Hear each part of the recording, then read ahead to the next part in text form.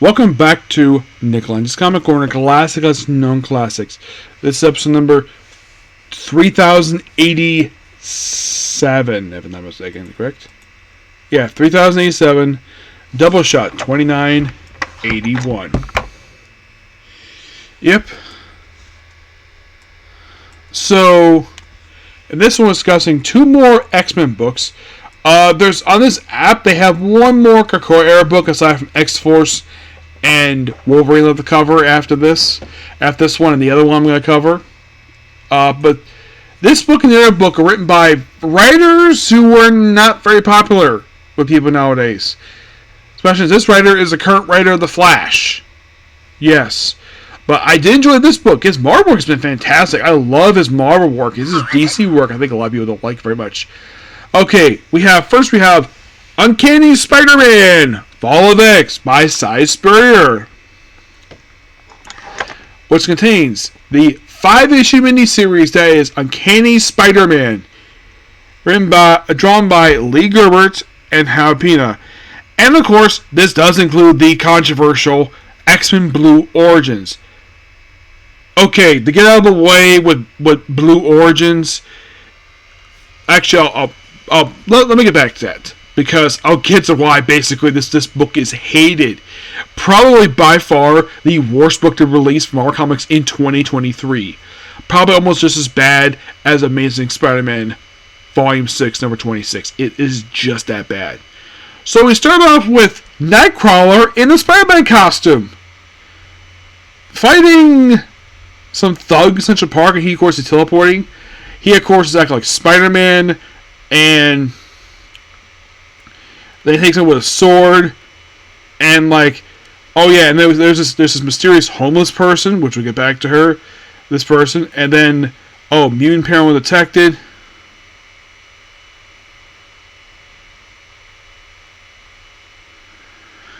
Yeah, it's all because of the Stark Center. They don't know the fact that Nightcrawler is mutant. They have no idea this actually is Nightcrawler. So then, of course, basically, then, because they're here's the thing about our racists, about them. Who gave them legal authority to do patrols of mutants? In the Marvel Comic universe, it is never explained how the heck they got the legal authority to do this. Because their organization that's connected to no country. Are they an American-based company? They have Americans work for them, yes. But are they connected to the U.S.? Not necessarily. They're just some group of people who hate mutants that badly. So they would cut to Nightcrawler eating pizza with Spider-Man. I'm like, this is actually really cool. I like the whole banter between the two Spider-Men. And then he finished up the conversation. There seems like a ghost of a dead man. And then we see at this facility where a racist is kind of the know about, and then we see some mysterious bald man experiment on Farrell, who goes haywire, and then the bald man turns out to be the Vulture, who looks like this. Now, those of you thinking, what the heck is Vulture working for racist for? He's a Spider-Man villain. What the heck was he with mutants? They made him an offer. Heck, they include freaking MODOK as part of this group. He's not the only one. Yeah, I think the reason why I included him because they had to do this Spider-Man book. So then we have this woman in what looks like a sport, basically like a track uniform, who's about to be mugged and basically poked. And then she has this thing around her neck, which was bought for $2, which apparently was a mutant detector. And then, of course, Nightcrawler basically thinks, this person's a mutant. He's going to hide it, no problem. And he's like, okay. And then it turns out that this mugger turns out to be Nightcrawler's mother, Mystique. And then we see an S on these random people. And it turns out they all work for the beautiful Silver Sable. Yep, Silver Sable's in this book. Now, you're thinking, is Nightcrawler interacting with the Spider-Man supporting characters? Yes, he is.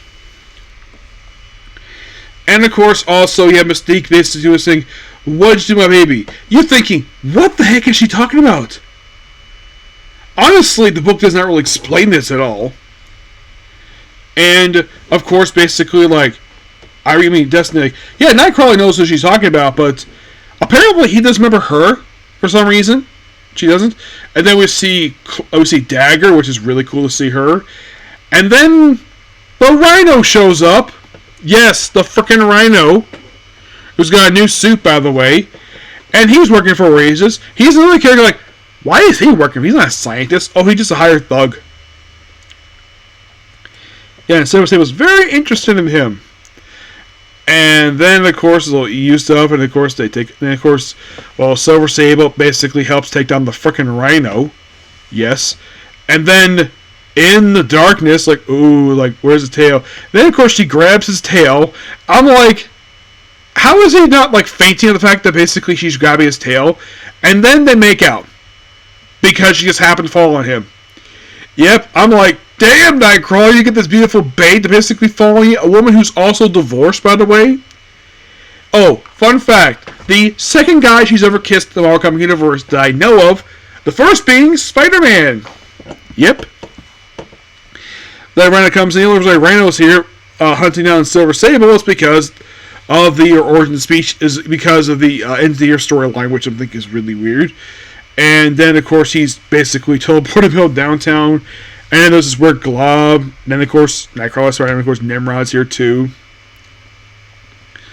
Who apparently is being threatened by... Who threatens the Vulture. And then we cut to... I kid you not. This is what we cut to. Nightcrawler and Silver Sable having sex on a rooftop. And you're thinking, wow. Lucky bastard. Yeah. And apparently, Silver Sable has no problem with the fact his skin is blue or the fact he has a freaking tail. I'm like, wow, this is just completely out of nowhere. Yeah, and these two are kind of a couple. The whole book, he just puts his pants back on and goes out back to some crap fighting while he deals with his mother.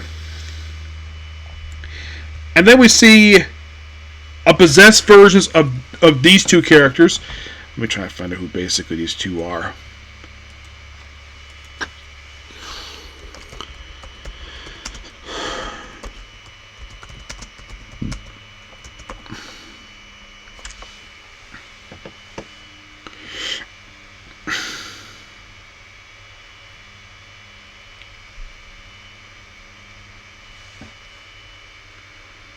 Well, these are the Hounds. This is apparently his, well, the Hounds, this is basically, well, their first full appearance. And they're comprised of Dagger, Feral, that apparently is Blanco's Dagger, Cloak, who apparently survived this issue, Fatal, Ankamex, and Reaper. You're probably thinking, who the heck is Ankamex?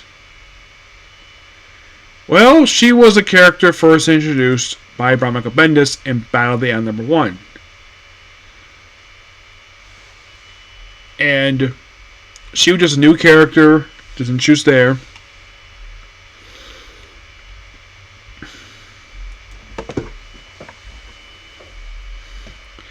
As for Reaper, Reaper is a character from originally from Mutants, who was the Louis Simonson and Rob Liefeld character.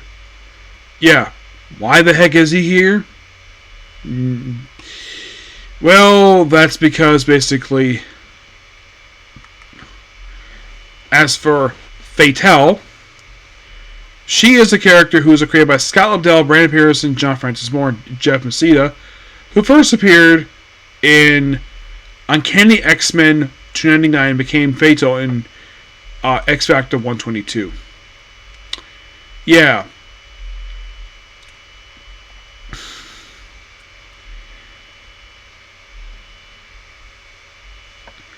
And yes, it is 5 issues. I remember correctly, this is 5 issues. Yep, 5. So yeah, the Hounds first appeared in this issue, and of course they attacked Nightcrawler. Of course they were freed. Yep.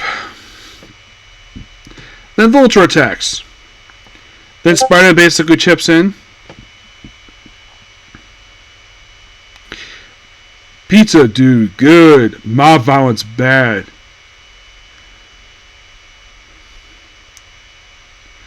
Yeah, he doesn't care for this anti-immune substance immune summon flowers. Point is, we got a whole team of ways to judge the folks, but in their DNA isn't one.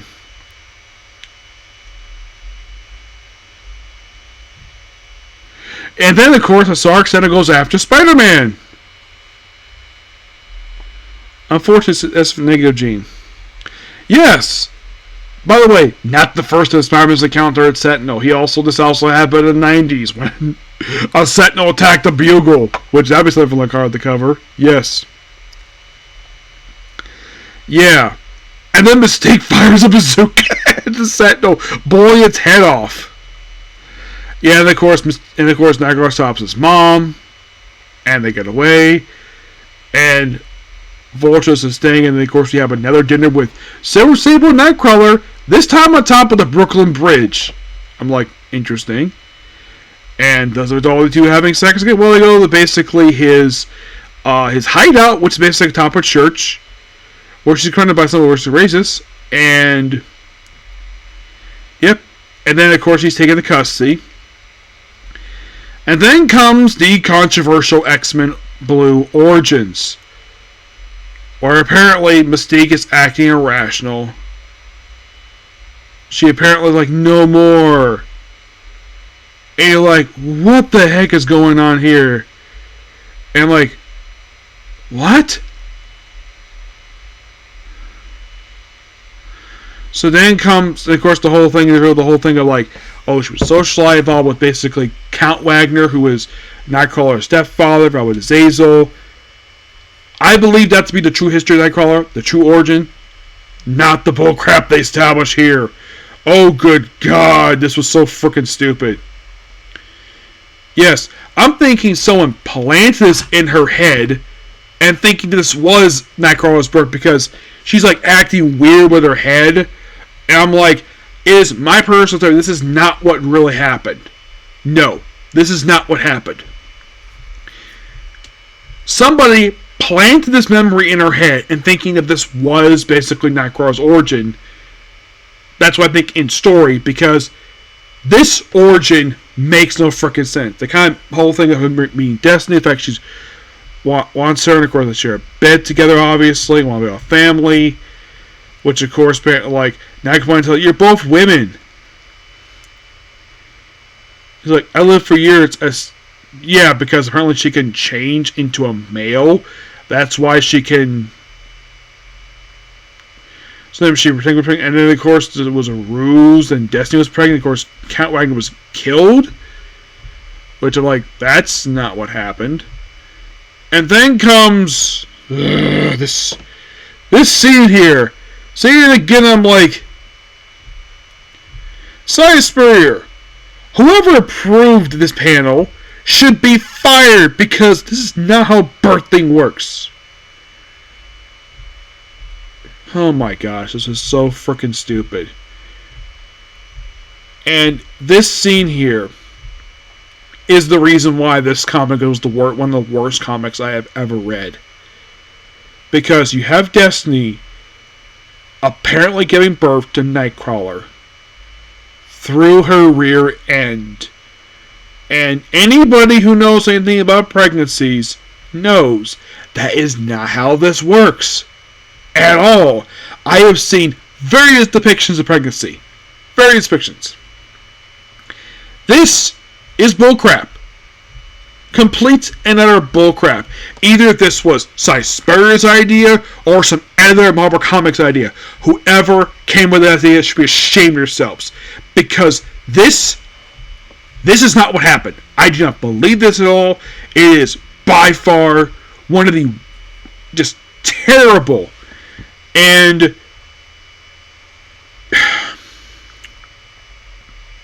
if they're going to say, oh, Destiny's the mom, then where the heck does he get the mind depends from?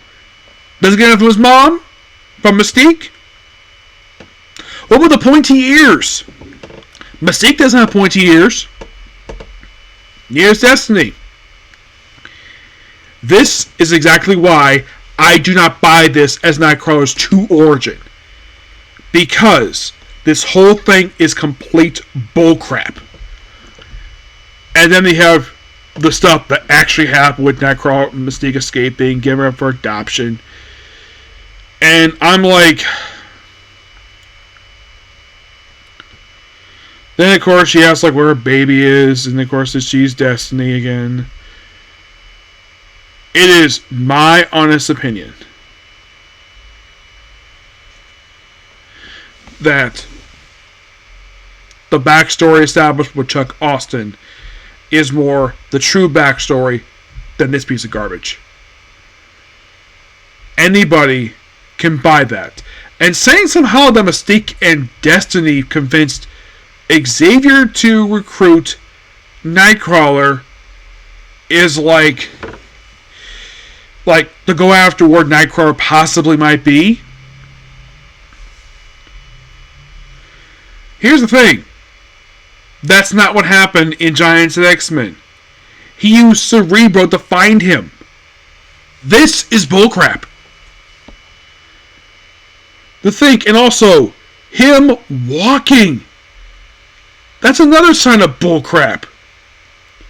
Because, look at this.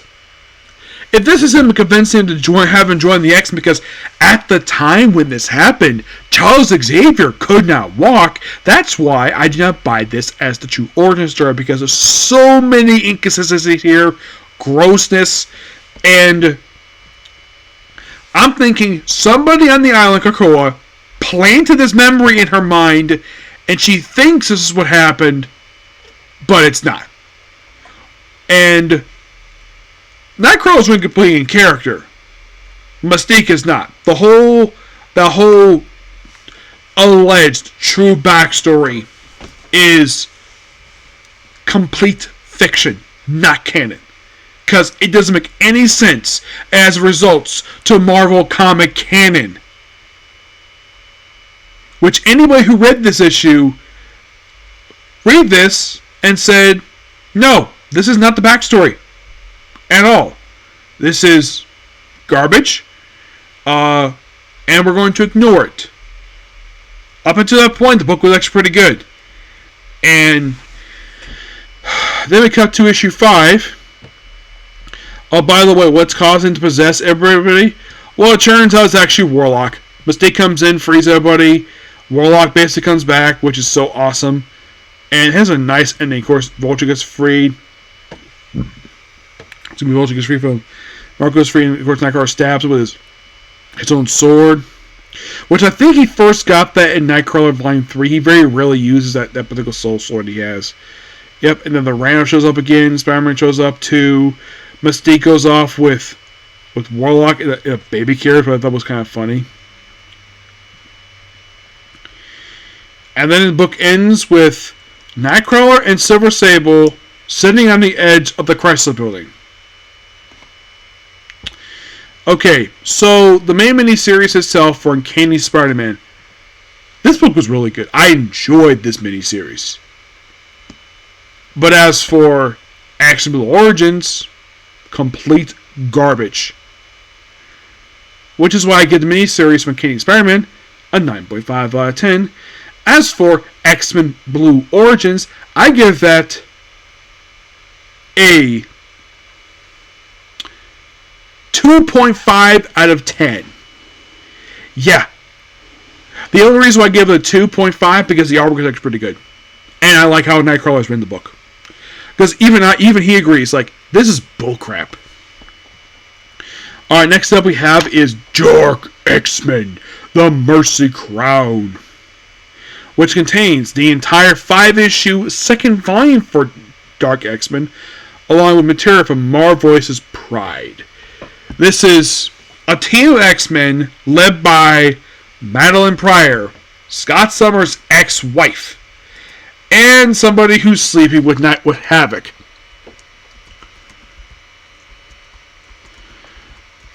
Now, here's the thing when it comes to this with this particular couple that I have never really understood about this couple at all.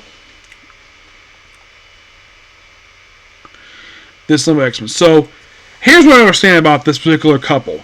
So, Havoc is basically having a relationship with his brother's ex-wife, who also happens to be the mother of his nephew. Does anyone find that weird? So, basically, she forms her own X-Men in this book. What's comprised of herself, Havoc, Zero, M-Plate, and Azazel. So, okay, you're probably thinking, who the heck is Zero, you might ask. Zero was somebody from Generation Hope. Yeah, he was part of the whole generation. He was part of the Lights group that was formed by Hope Summers.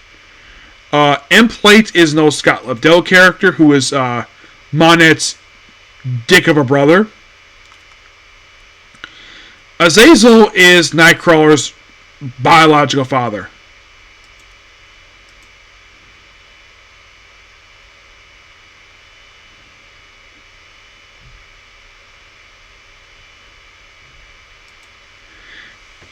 Yeah, but by the way, he does have a couple of other kids aside from Nightcrawler. One is Kawaki Black, and the other is a character named Abyss, who do appear in this miniseries, mind you, along with Angel, Maggot, and Gambit. Yeah, Gambit's in here too. Rogue shows up a little bit late in the book. And it's kind of weird, though, the fact that they bring in basically an ultimate version of the Goblin Queen, this demonic Goblin Queen, who is from Secret Wars. Yes, for some strange reason. By the way, the book is written by Stevie Fox, by the way. Yes. It appears after Secret Wars and the Inferno miniseries. She later returned all new X-Men, and then she appeared in X-Men Blue for a handful of issues, and he returned in this book, and that was it for her. Yeah, I thought this was kind of weird, the fact they brought back this version of the character. There's also Bamf Dragon, which is an ultimate version of Nightcrawler. So it's like, you could best way to describe this book is,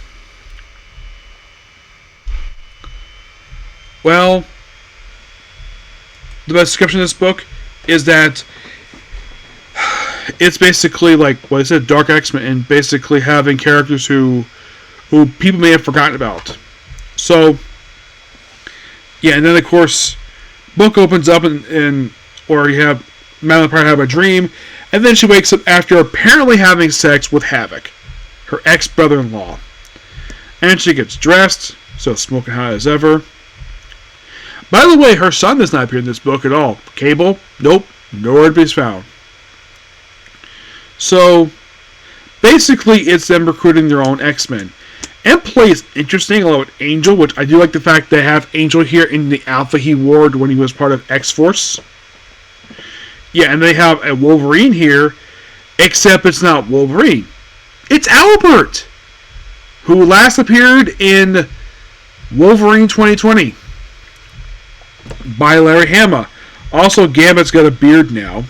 So, yeah, Limbo's formed their own X-Men to fight demons who are working with them. Yeah, I thought it was kind of weird that they brought, like I said, this character here appeared during Secret Wars. And then we have this scene here where we have, at the Librarian Embassy, as it was first found, we have Havoc with She-Hulk, where they get along with each other perfectly fine. Then Azazel's here. And trying to recruit various people to join them. Zero, Fatale, Mastermind, Lady Mastermind, Infectia, Solar, who I think he just joined them, Animax, Toad from Scuzz, even freaking Kangaroo. Yeah, his appearance here was so funny. You think wait, Kangaroo? What is he doing here? I don't know. Oh, by the way, Solace King? Yeah, we'll get to more entertainment here. Yeah, Kangaroo appearance in this book is kind of odd.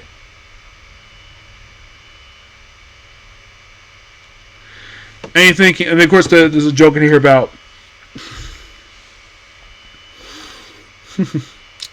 of all people, there's a joke about Spider-Man here. And this whole thing with Bazisco, who's basically like a... Oh, here he is. By the way, this version of Kangaroo, he first appeared in issue Cage. Yes, despite the fact he is an enemy of Spider-Man, he first fought Luke Cage. Yeah. If you're really curious, part of this book, what was his last known appearance? He actually appeared in an issue of Amazing Spider-Man, just part of this. Yeah, it was the double-set issue. And then he appeared after this, in this book, and then he appeared in Spirit's Vengeance, and that was it for him. No, seriously, that was it for him. So, then you have Madeline go to recruit Ben Reilly, a.k.a. Chasm, who later breaks out. Then you have visit here by Scott Summers and Jean Grey. And then we have Look Like a Hot Spring in Limbo. You have Havoc relaxing, and then you have probably just relaxing. Now, it's kind of weird, though, the fact that he's still in love with Madeline, despite the fact he's also still in love with Polaris. I'm like, you could say he's two-timing here, but, I think this is a book here where, basically, Angel got possessed. So, Havoc basically is rescued after being injured. So, he's basically back normal. In a look for him that he would sport a few times with him torn outfit. At one point, they have his look where he became Goblin Prince. Yep. And then we see Ellie, another Larry Hama character. She's a little girl robot who, get this, at one point she had a bomb in her back. They do kill off a couple Morlocks in here. They kill off Brute. Yep, he's a Morlock character. Hump. Beautiful Dreamer. She returns. Yeah, she was a Morlock debuting Power Pack. Yes. And also Sutter, who was brought back and then died in the same issue. And now Archangel's controlled by him. Now, LED... like in the case of Albert, I think she last appeared in Wolverine 2020. Yep, that was the last time she appeared. And that was in 2020. This came out in 2023. So this was her first appearance in 3 years. And after this miniseries wrapped up, never seen again. Albert, of course, is here too. Always great to see Albert. And then we see various different X-Men. Rogue just joined the miniseries a little bit later after this. So basically, because they're awesome husbands. And this is where it's, the whole thing, Angel. I forgot to mention this. Did that happen? Lead to that happen here, where Angel looks like this, so he's possessed. Yeah, Darker Day. Oh, by the way, for end plate, like part of this book.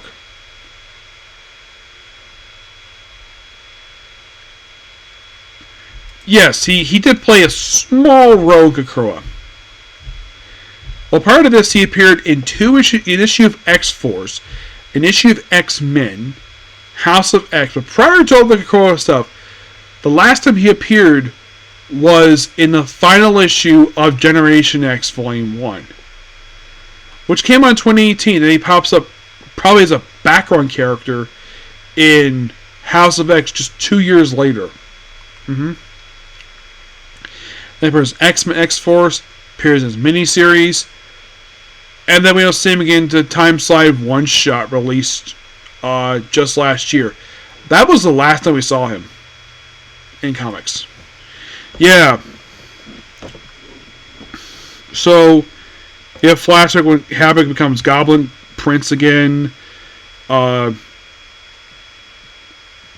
Eventually, a little over halfway of the book, like I said, Rogue does join the series. And Spider-Man himself, basically, Chasm, excuse me, he ends up basically joining their side, but not really. So even he is not immune to the whole flower, because you know what the flower thing, it's for racist. Now, he's a human mutate, not a mutant. Excuse me, this issue here, several characters get killed off in this issue. issue 4. They kill off Abyss, Solar, Snot, Brimstone Love, Infestation, all get killed off in this one issue. Yeah, Abyss is Nightcrawler's half-brother. Silas King is a Captain America character appears in this book. Snot is a character for Wolverine and the X-Men, who they decided to have him in this book for reasons. He's relatively a minor character, because before this miniseries came out, his only appearance prior to this was in Marvel vs. Pride. Then he also appeared in Fuse and Finish the Cover. He's, like I said, relatively minor character. Brimstone Love, who debuted in the Marauders Annual, and then he just killed in this book. And Infestation, who's another character who debuted in Wolverine and the X-Men, who also last appeared in Marvel Voices Pride. Yeah, so we had 5 people get killed off in the same issue. Yep. And of course you have Kaz come in, even he knows the whole flowers thing. But he's not going to get involved. It's kind of weird he's in this book. I'm sure Tim agrees the whole thing Kaz was a really dumb idea. That was all Zeb Wells doing. So they fight out the forces. And of course, enough. And then of course, you have flashback of Maddie when she was a pilot. And then this Poster's killed in the final issue. Yes, in the final issue, there's actually a couple deaths. Azazel gets killed off this issue. You think, wait, Azazel? Yeah, he gets killed off this issue. Fate joins the X-Men. Gambit and Implate leave. So they kill off Goblin Queen, Agent Venance. Yeah, she debuted in this book and she got killed off by the final issue. Agent Krull, who just characters of this book. Surprisingly, Banff Dragon survived the book. You're like, interesting. And he has not been seen since this book wrapped up. Nope. So, Rogue, of course, currently appears in connection with Gambit. But what about Goblin Queen? Madeline Pryor.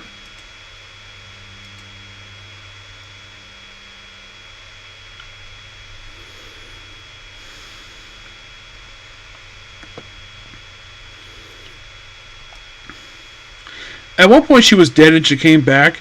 Apparently from what I read, she was brought back out of spite because she actually, despite the fact being a clone, because this whole thing of the clones thing. So, by the way, her next appearance after this issue up of Spider-Man, the one-shot Volume 3, Rise of X, and that was it for her. Havoc is part of X-Factor. Employee is basically not an active character. Zero,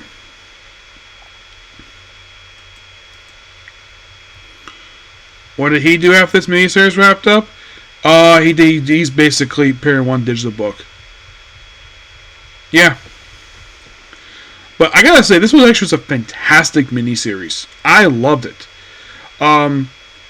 Despite people, one person said about Stevie Fox, I gotta admit, this book was really good. I enjoyed it. A lot of fun, good action. Yeah, apparently he does a lot of digital stuff, Stevie Fox. Of course, yes, he did do the volume of Spider-Man we'll talk about in the future. But I think that's the most recent thing he's done. He's done a few other books here and there, but